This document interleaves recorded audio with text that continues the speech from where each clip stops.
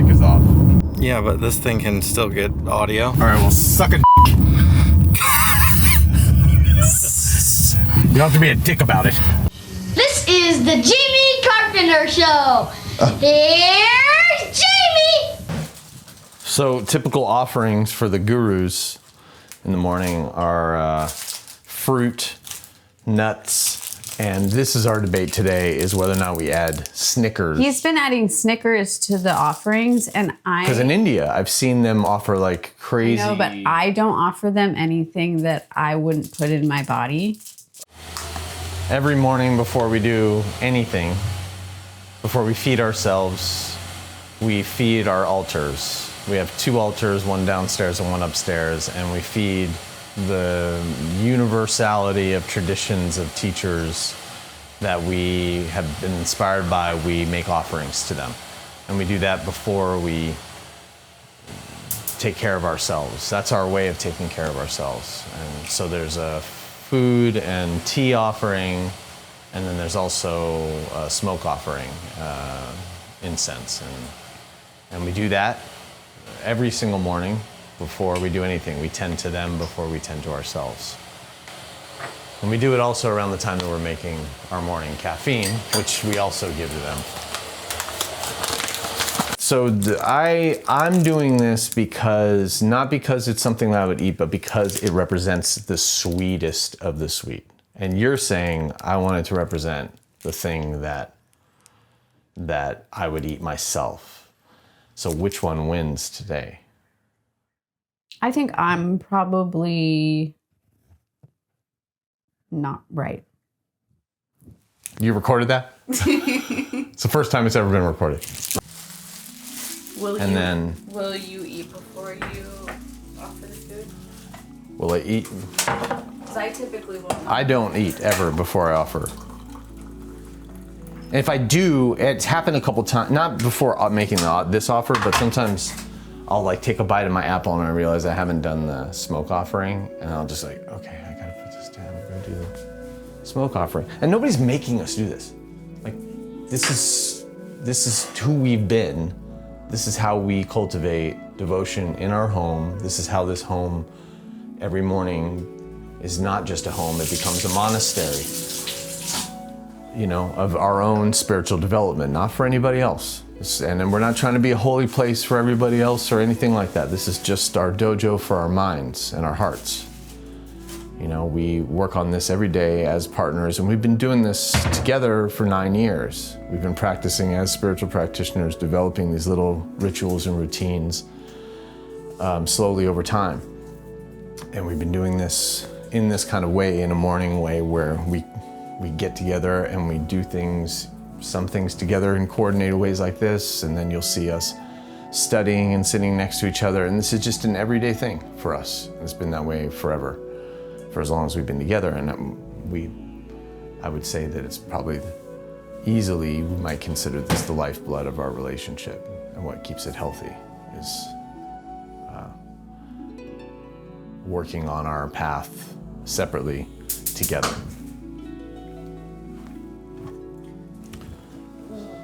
So there's that.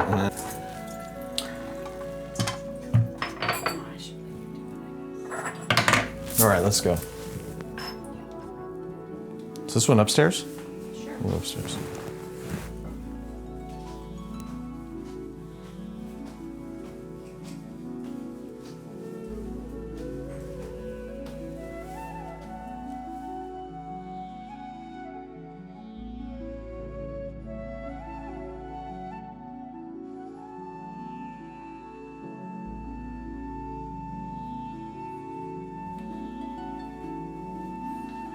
So you can come see here on the altar. This is the altar.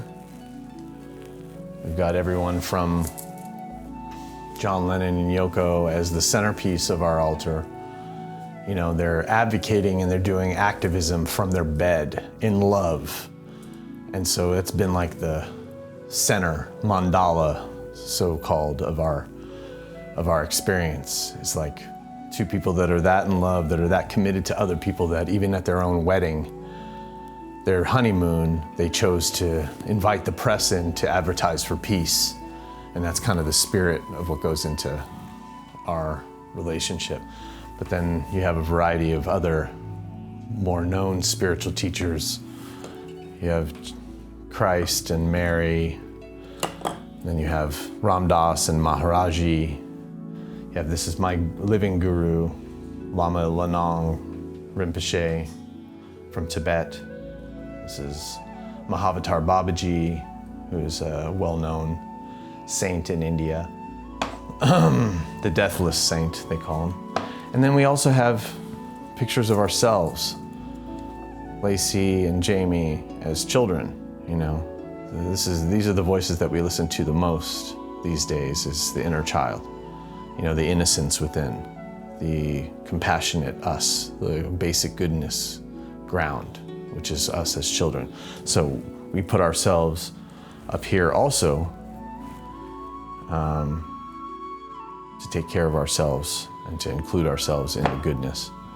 And this is a dog who was killed in an ice raid, and Lacee just put the dog up here, even though she's never met the dog. She heard that this dog was killed. And so sometimes, you know, stray saints make it to the, you know, stray saints like this dog make it to the altar also. And if we're ever praying for people, we put their name up here also. But here's where the offering goes, and you got the book. Usually bow low like this, try and get my heads below theirs as an acknowledgement of the wisdom that they have that I don't have, or that hasn't awoken in me yet. So I bow to that as a possibility. I don't go, oh, you guys are there and I'm nothing. Like, it's not that. It's what's in you is in me, and may it awaken. And that's why we offer tea. You know, the yerba mate is an awakening element. So that's why there's tea, and then that's why there's a little bit of fruit and food, you know, to sustain. And we make these tiny offerings every day, and it goes a long way, you know. You know, to watch yourself give reverence, to watch yourself be less than when you begin your day, but know that in your less thanness, it's only an illusion that I'm less, and I want to awaken to my full potential in this life. So this is some of the ways that we take to get there.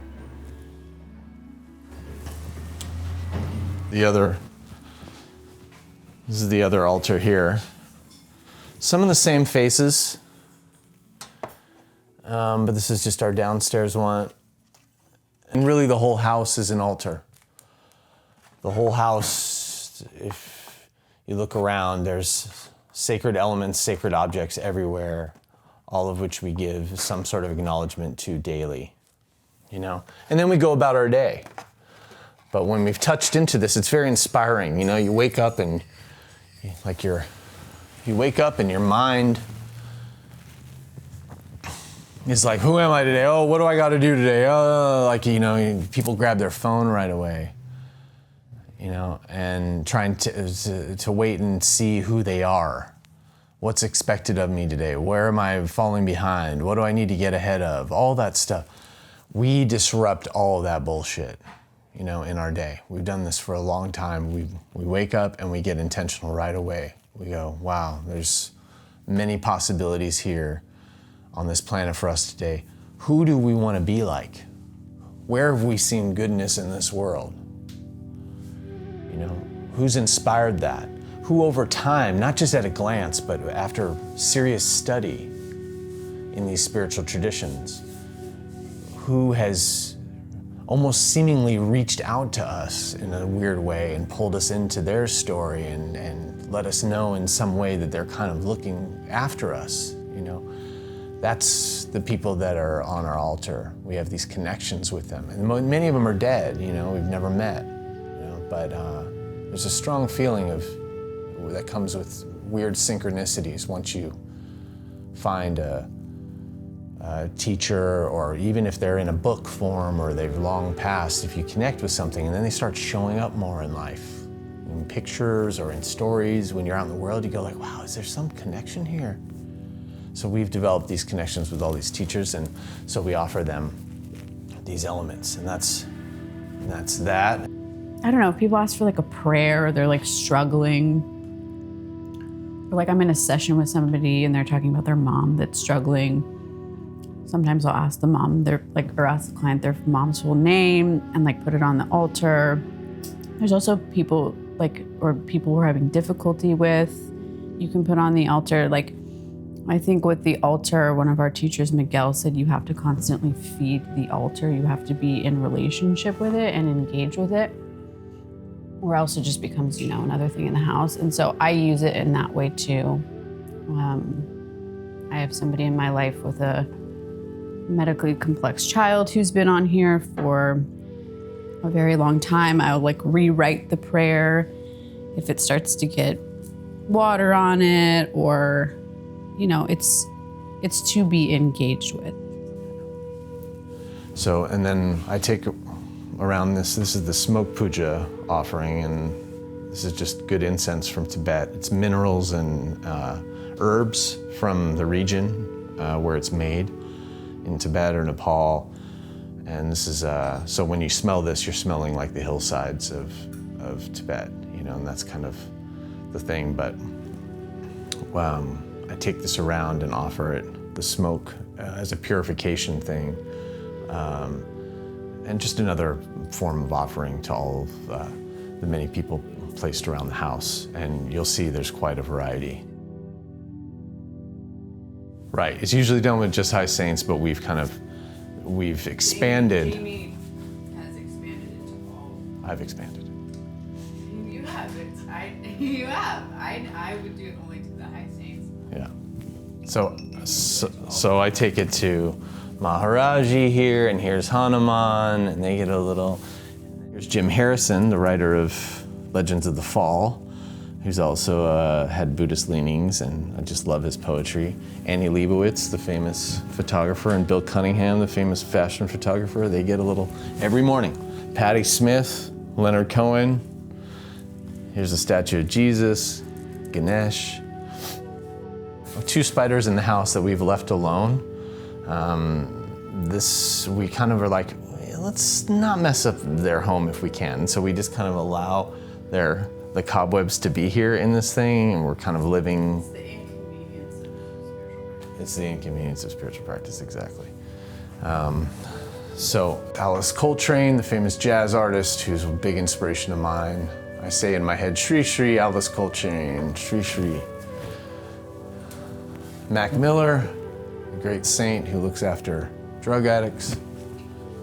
And this is, I always go to Jaymee's mind. This is a painting done by my stepfather, DZ, and he painted this, and everybody loves this painting and seems to like capture something about me, but I always know that anything that people see in me that they like is really the mind. It's something to do with the mind. And I don't even mean the brain. I know I'm pointing at the brain, but I mean something greater than the brain, mind, which is everywhere. So I always offer it to that place on me. Maharaji, when Ram Dass met him, he said to meditate like Christ. Ram Dass was a Jew, so you can see the hilarity of traveling all the way to India to meet a guru, and then you finally get there and he says, yeah, meditate like Christ, to somebody who's born Jewish, which is hilarious. And that's just the thing, is that the spiritual path is hilarious. This is a skateboard made. This is my hand and Lacee's hand. And somebody who we worked with, a mentee of ours who passed away last year, made this long before he passed away. And so now I say hi to him every morning, And then this is just other traditions. This is like, what is going on here? We don't even know what's going on here, but we've put it up on the thing because it's like, well, this is something spiritual is happening here. So we've given this offerings every day to like what's foreign, what's different, may it become familiar to us and may it be valued, Here, this is the yerba mate gets some every morning. I give them some because they've taken care of me for so long. This is Devendra Banhart's merch, and he's been a huge champion of my work. So I give him some smoke offering, and then Jim James from My Morning Jacket is also a friend, and he's been on my podcast a few times, and we've done a sweat lodge together, and he's just somebody that inspires us, and so I give offerings to him. And then this is Coulter Jacobs painted this representation of love as the author, and he's like the first person really to get it, to get that like somebody getting their hands stepped on accidentally is love. It's love that hasn't been discovered yet. It's like, ow! And then you go, like, ow! And then the person goes, oh, I'm sorry. Hey, what's going on? My name's Jaymee. And then it's like, oh, yeah, I'm Scott. Yeah, well, you stepped on my hand. It's like, hey, I'm really sorry about that. Hey, that's a really cool camera, you know? Or he's Boom. like keeping him from falling. Or he's keeping him from falling, yeah, exactly. Love as the author is like, even in the most difficult moments, there's love there. There's love. And maybe even underneath it, some tragedy or something like that is bringing great change, you know? Not to say like, hey, let's go create tragedies, but love is behind everything, and that's my message. And so he painted this, and he gave it to me the first time I met him, and it's priceless to me. See, if you look, you've never really known this. A lot of people haven't known this, but some of the spiritual teachers that we've already acknowledged are in here. Here's Sri Yukteswar, who's Paramahansa Yogananda's teacher. Yogananda's right here. Carl Jung is right here. Lahiri Mahashaya, who's Yogananda's teacher, is here. And who else? I think that's it. Well, I mean, and then the Beatles, of course, and I give acknowledgments to them and to Dylan. But hiding in here my whole life in my favorite band were some of who would later become some of my favorite spiritual teachers, and I didn't even know that they were linked, and it's like all of a sudden they're there. And here's Mahavatar Babaji, who we already saw on the altar.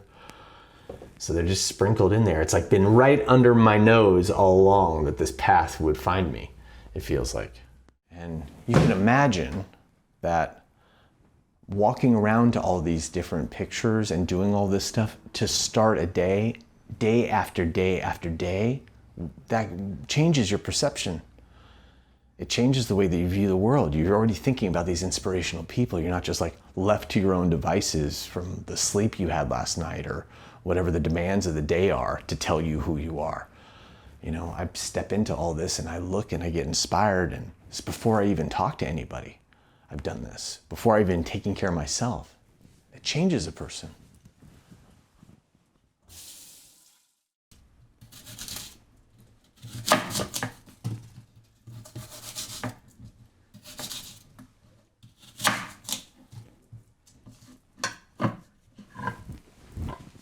I eat the same thing every single day. I go to the store and I pick out apples, and I take my time picking them out so they don't have any bruises. So when I wake up in the morning and I go to cut an apple, there aren't any bruises, and it makes my day. And I do this I build extra time into my day to do this. You know, to take my time at the grocery store and I look at all the apples and I feel around, and I don't just grab them. And when I go up to the cashier, I'm kind of I try to not be annoying about it, but I go like, hey, can you baby these apples? It really means a lot to me to have no bruises in the morning. And most of the time they get it. And they're like, oh yeah, sure. So it's just for this moment. Every day, eat the same thing. Every day, do the same thing. Apple slices and lemon water. That's it. Hot water with lemon.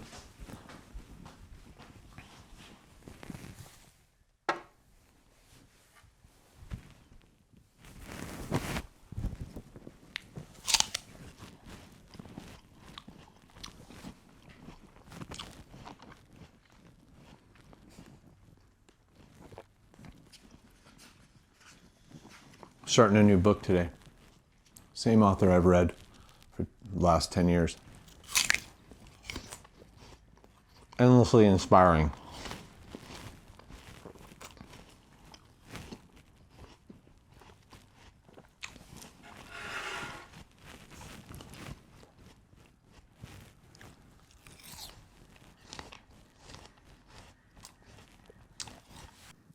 I mean, sometimes we read here together, sometimes we don't. If we're together I would say it's not totally uninterrupted. We exchange notes. Like she's reading something, she's like, I gotta read you something. She'll read me something from her Christian-based. It's not Christian. It's not based in Christ?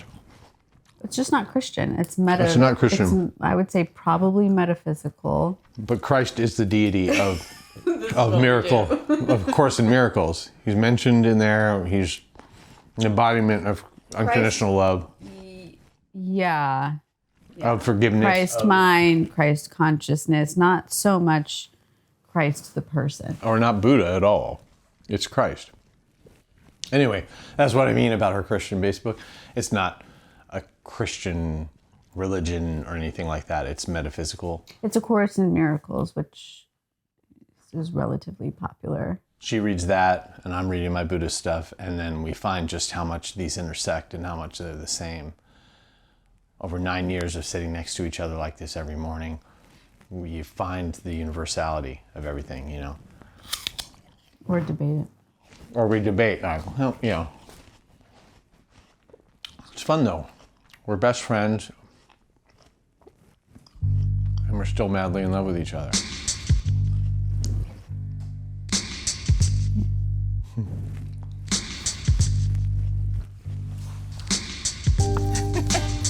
What? Is this live? Hang on, no, it's on my headphones. There Oh, we is go. it?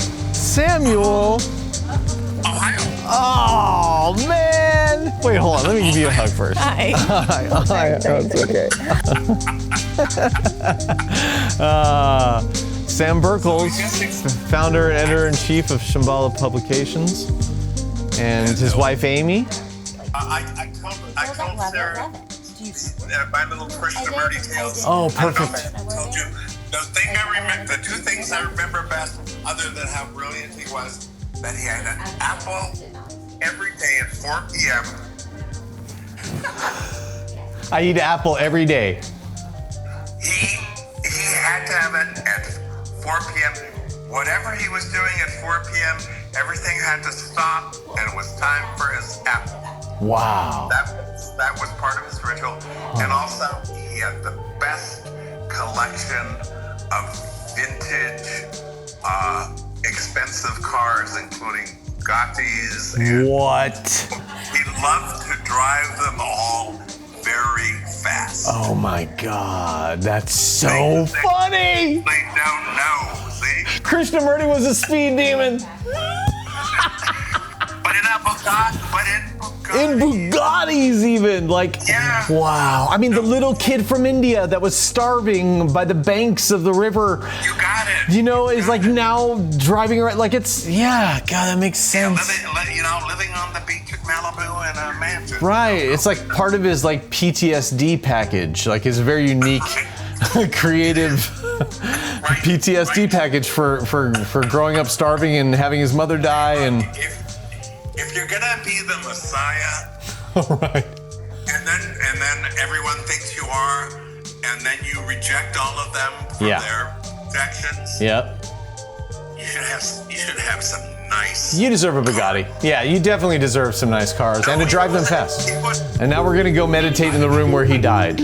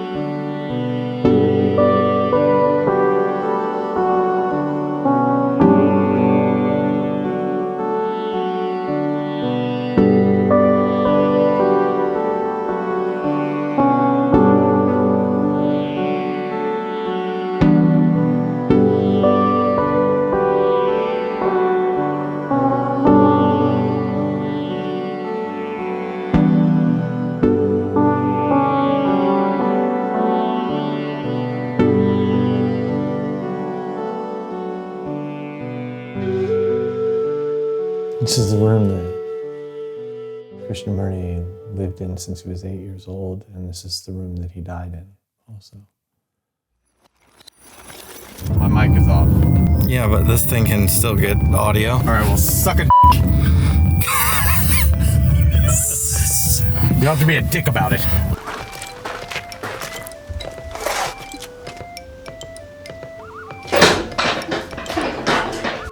Nope. Nope.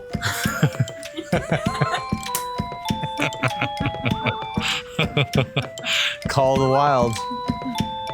What's up, buddy? Not much. You're like the only person that doesn't mind being called buddy. Why is that bad? No, I don't know. Some people got a thing with it. I don't know. Hi, how are you again? What are you guys up to? Jeff?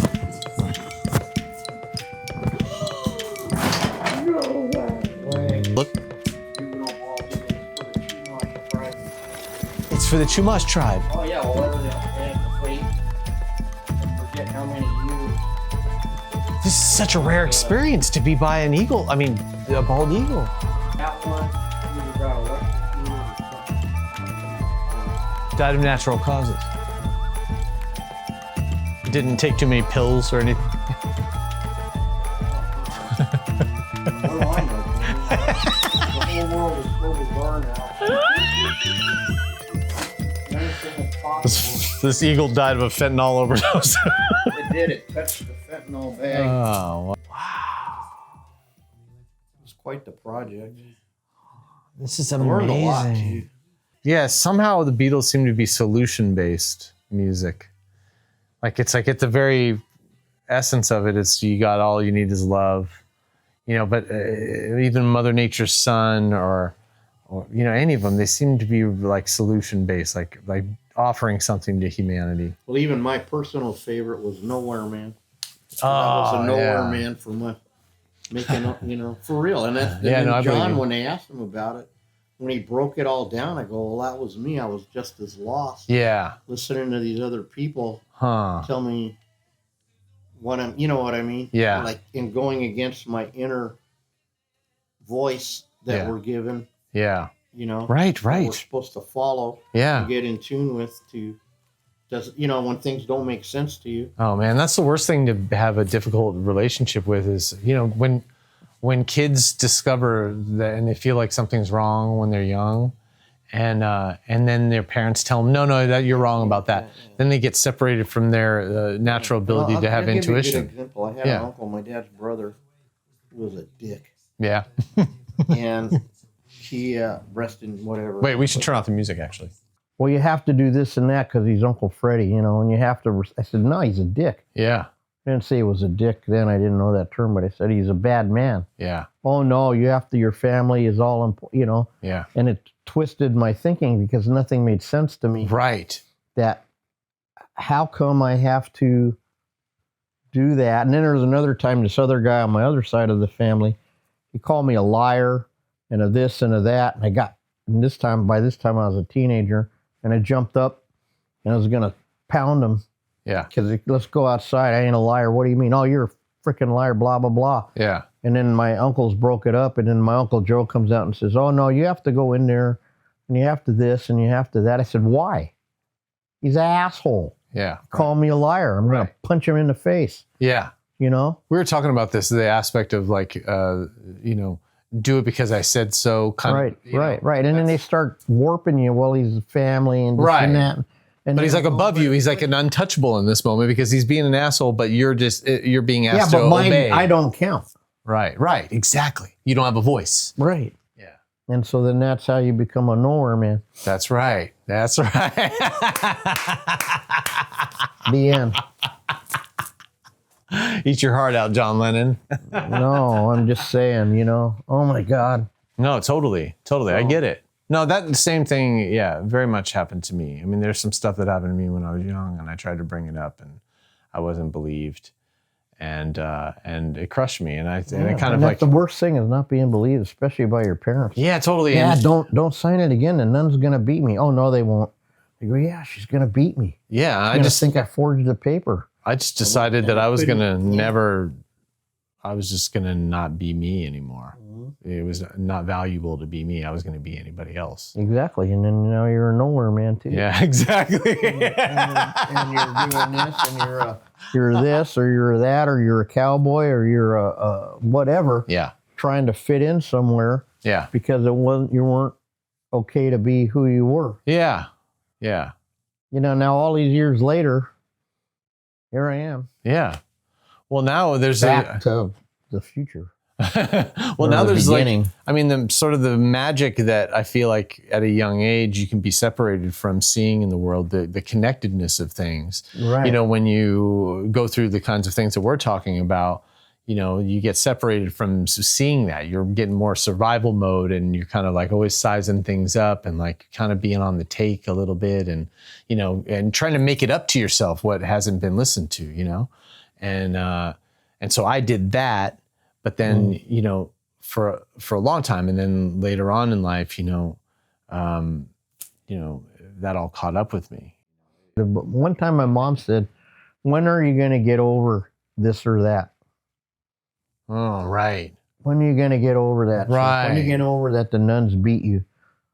Or that this happened or that happened, you know? Yeah. And I said, maybe never. Right. Maybe never until whatever acknowledgement right. that I'm seeking, at least that it really happened and it was bad. Right. Right? Well, not on anybody else's timeline. You know, somebody else going, hey, when are you going to get over that? It's like, well, it doesn't work on your timeline that way.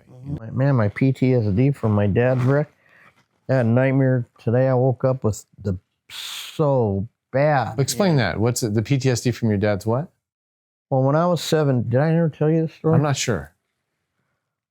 When I was 17, just graduated high school because I was like a year early. Mm-hmm. My dad and mom had got lucky enough to purchase a house on the Strand in Hermosa Beach. Mm-hmm. And through some family thing, okay? So we're moving in finally, all right? And my dad had a 66 Rambler station wagon. And coincidentally enough, my boss, who we nicknamed Tarzan, he was Hawaiian, Japanese, and he had arms like, oh man, he just, what a time. But anyway, he had a 66 Rambler wagon, the same color, and he lent it to us so I could help move some boxes. And they're in Culver City at that time, it may still be there, at Washington and Olympic was a restaurant called Ships. And so we were having dinner there, and it was late. It was like 10:30, 11. So my mom and my sisters went home to Hermosa Beach, and my dad and I were stopping at the Culver City house to load up some more boxes. So we got the boxes, and he goes, okay, you want me to follow you or you to follow me? I said, well, Dad, don't matter. I guess I'll go first. So we go down, and you know, by LAX in the marshlands, and Jefferson Boulevard, Lincoln Boulevard, Culver Boulevard, goes over the overpass and down to Playa del Rey. So we're driving, go over that overpass, and I'm just a dumb teenager, you know, and all of a sudden I look and my dad's lights aren't there. And I go, geez, that's like weird, you know? And so I go, that's like impossible. So what happened? So maybe he broke down. So I turn around in the middle of the street and I drive back to the bridge there, in the middle of the bridge where I knew last saw his lights. I'm driving, I don't see any car. But right at that moment, before his lights went out, this blur went by me. And I didn't know, what the hell was that? It was like literally a blur. Uh-huh. And so his car's gone. So then I turn around again and I start going really slow. And then I see the back end of his station wagon in the ditch with the tire up like that. Whoa. And so I pull over. And what had happened was a guy in a Porsche going 120 miles an hour had overshot the corner and hit him head on.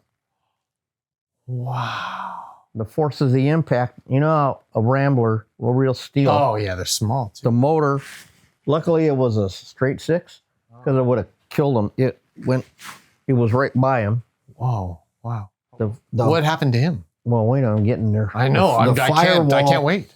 And, you know, the headlight bezels, or that's what they call them, the radiator core, was flattened against the firewall. That's how much the impact was. Wow. The steering column was up over. How it didn't go through his neck, I don't know. He's like lucky and unlucky at the same time. Right. So now he's there and I'm going, what the what's going on? And then I go on and I'm trying to get the door open. I can't get the door open. Now it's like 1 a.m. See? Yeah, yeah. It's 1974. Wow. There's no cell phone. Right, exactly. The closest payphone is all the way down at that Mexican restaurant at the Playa del Rey, you know, right before you go to turn onto the frontal road, the ocean that goes through Playa del Rey and into Manhattan Beach. I'm acting like I know, but yeah. Okay, anyway, you look at it. You've even seen it on TV. Yeah. So I'm going, so then the trippiest part is that my dad's talking to me. Now the car starts to light on fire. So now I can't open the door. I'm freaking out. You're by yourself. By myself. Yeah, kid. And I have, so he shuts the ignition off. And then he goes, the other guy. And I go, and then I look around. And there's like a rear axle with 2 wheels on it by this telephone pole. Wow. The motor, the impact was so great, it shot the motor through that field all the way over to Jefferson Boulevard. It's on its own. Yeah. So then I go around and then I see him there and he's lying face down. Oh, man. And there's bubbles coming up from the... So I flip him over so he could breathe and his face was gone. Wow. It's just like the skeleton with the eyes. Yeah. Then I saw his face over here. So in that moment, in my dumbness, I put his face on. Wow. Thinking maybe he could breathe, you know? Yeah. And then so then I still don't know. I can't get him out of the car. Everything's so, and I was dressed in a Vietnam jacket. I had John Lennon glasses on. I had a big headband. Yeah. I had long like hair. Hippie, you're a hippie. Right. With complete hippie. Yeah. And no cars. And I'm thinking, what do I do? I could run, but I didn't want to leave him because he'll probably be dead. Yeah. Right. Yeah. And so finally, this lady comes by in an old B210, the burnt orange ones. And I ran in front of her car, Datsun, yeah. She hit me right at the perfect spot. I flattened out against her side door window. No way. Freaked her the fuck out, who could blame her? Sure. And I said, please, I'm not crazy. Look to your right, look to your right. Yeah. And she looked over. And I go, please just go call somebody. You don't go, please. Yeah. And she took off. How old were you? What age? 17. Jesus. So then I go back to my dad, and he's this and that. He goes, don't let him cut my legs off, man. Whatever you do, don't let him cut my legs off. Dude, that's so heavy. On top of everything else, it's like now. Right. So I go, Dad, I don't let him cut your leg. Keep in mind, he went D-Day in Normandy. Wow. All the Korean you know what I mean? He saw some shit, you know. Yeah. And was unscathed, well, basically. So then, you go, okay. So then the lady comes back. It turns out she's like a nurse. And the third shift was getting off the hospital. Huh. Then this other guy stops to help, and he turns out to be an airline pilot that was coming back from the airport. Now he's He knew medical stuff maybe? Or? I don't know what he was just trying to help me, you know. Sure. And then finally the fire, everybody come. All of a sudden everybody's there. Right. So all of a sudden everybody's there. And then they don't have the jaws of life like they do now. Yeah. So they couldn't get. They come up to me and they say, "We got to cut his legs off." And I said, "No, you can't cut his legs off." Yeah. I promised him. I gave him. You can't cut his legs off. Yeah. Well, he might die. I go. It doesn't. I don't know. You just can't cut his legs off. Got to find another way. Did they need your permission? I don't know, but did they listen to you? They listened to me. So the one guy went to the rear passenger door, and he opened that, and they somehow were able to rip the back of the seat off, and they got him out that way. Wow. But I'm freaking out because now he's screaming and all this stuff, and so much pain. You mean from? Yeah, and so I'm trying to go, and the guy's holding me back. So then they go, okay, go right in the hospital, get in the ambulance. So I get in the ambulance with him, and it's all fucked up. And so we start to go, and then he starts screaming again. So the only way I could keep him quiet was I had to hold his legs in a certain position. Then he wasn't screaming. Wow. So then we got. It's your dad. I mean, yeah, my dad. You're like, it's like you're tuning antennas on a TV to like make sure that you have the picture right where he doesn't feel pain. That's such like a heavy trip. So then we get to hospital and all that, you know, and the other guy was still alive at that time, and they were both in the same room. It's all different than today. Yeah. So then now it's like 4 a.m. I'm sitting in a chair in the hallway, and the cop comes up, and he goes, "Hey, kid." And I go, "Yeah." He goes, "We got to call your mom." I said, "Oh, shit, I forgot," you know. He goes, "I can call her, but I think you better call her." Oh, all right, I'll call my mom. It's another heavy trip after another. And so I called her. She answered the phone instantly because something's wrong. I said, "Mom, it's Dad, and it's bad, and I'm at Marina Mercy."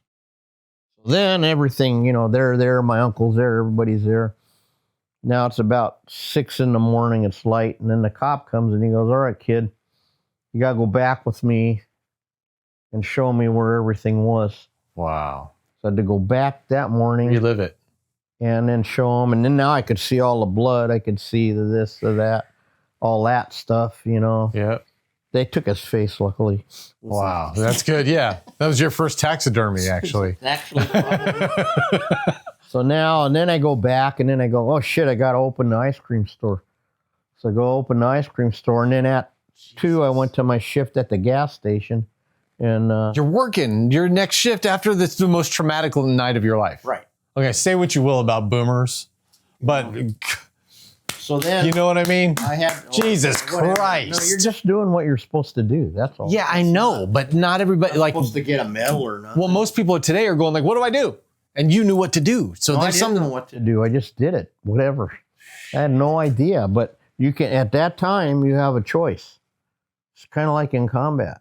You either react, leap into action, or you hesitate. Yeah, but that was in your blood also. I don't think everybody reacts like that. I'm just saying. Then, it doesn't matter about me. But no one even said, "Are you okay?" Right. Ever. Wow. Or even "good job," or Holy anything. Shit. So I still have these horrible nightmares where, and it's always kind of the same thing. It's not about the wreck, but I have to call somebody or it's going to be bad. Right. And then the phone, and then it starts shrinking. You know, and then all this, like, and then I can't get there. I can't get there. Yeah. You know? I have those dreams too. The same theme. And then finally I found out I had PTSD.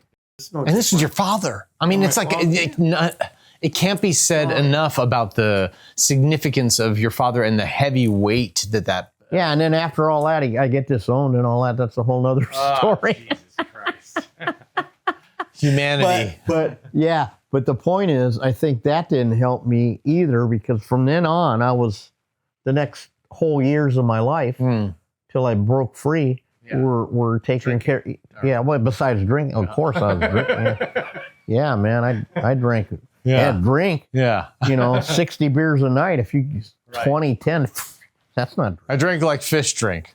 Yeah.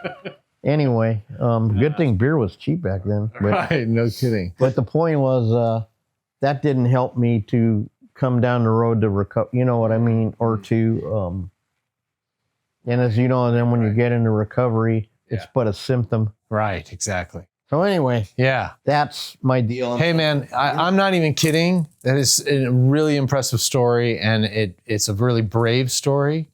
And no, I know. But listen, no, I just have a ton of respect for what you went through, and that you chose this moment even to open up and share it with us all. Yeah, I mean, you know, my kids and my wife are sick of hearing it. Yeah. Nobody else cares. No, man, it's a really big deal. This is not a story that should be swept under the rug, man. Well, that's what they're telling me now, finally. Yeah. It's kind of like that was a big deal. Yeah, it was a big deal. Big deal. And maybe now I can get past it. Yeah. Because it wasn't a little deal. That's right. You know, it wasn't nothing to get over it. Yeah. Yeah, the weight that it actually was, you know? Yeah. That's the thing is like, once things are just properly assessed, it's like we don't need a whole party or anything. We just need them to be properly assessed of what we went through, you know, and acknowledged. Just one or two people, somebody to witness it, you know, and go like, wait, that was a lot. And it was, man. I mean, going through that with your father is like, it wouldn't matter who it was. It would be a traumatic experience to witness that. But the relationship that a son has with his father, and especially the respect you had for your father and all of what he'd been through, and now his life is in your hands in a certain way. You know, I mean, and that's almost like it's just unbelievable. Yeah, totally. And then you know, having to me, it's over. Right. But I mean, what an interesting way. I mean, especially the blood aspect of it, and you and I have talked about how you got into taxidermy. But just like your entry into this particular world of preserving life. Maybe, you know what, I never thought about it. Maybe I'm bringing back something that I couldn't prevent. It feels like something. Maybe. You know? That's interesting. It might be in there. You know, right now it's converting. Look what I got. Oh, you got a fridge in here. No. Oh, the motorcycles? I got twin 1971 175 Enduros. Can you believe it? Wow, you and me, man. How lucky I was. You and me, easy rider. Yeah, well, that's the hope. Vacate these environs and motor north to Gotham. No, we're gonna head down to Casa on these two things with our vintage 1968 football helmets. So this is a story in itself. I don't have time to tell. And then between that and this, I found this one on. It's a whole nother story. You wouldn't even believe it. He makes Lego. Yeah. Builds Legos. That's the museum. This thing is a cool Lego, man. That is cool. It's really cool. It's got a astronomy thing on top. It's got a giant dinosaur inside. Yeah, it really is good mind food to do Legos. From when we built Legos. Chuck used to get together with the Mormon missionaries and build Lego structures together like once a week. They'd build things together. Before I got fired. Yeah. He won an award for this. I mean, and I mean, just like, what can you say? Can you show us the salting room? Yeah.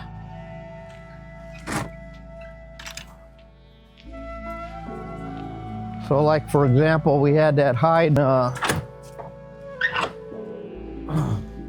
when it's thawed out. See how fresh this is? I just salted this one. This is the first salting. See how wet it is? This has been salted for a day. It's getting drier. There's a bear right here. I didn't have time to hang it up yet. Or I didn't, well, it's not true. I didn't want to hang it up for some reason. So then this will get we have to turn everything inside out. Remember, Jaymee? Yeah. The ears, everything, lips, everything has to be turned inside out. And then we go on the beam. And then I do my favorite part. And then you stand here and talk, and then spare parts comes flipping out and meat sticking all over you by the time we're done. You know?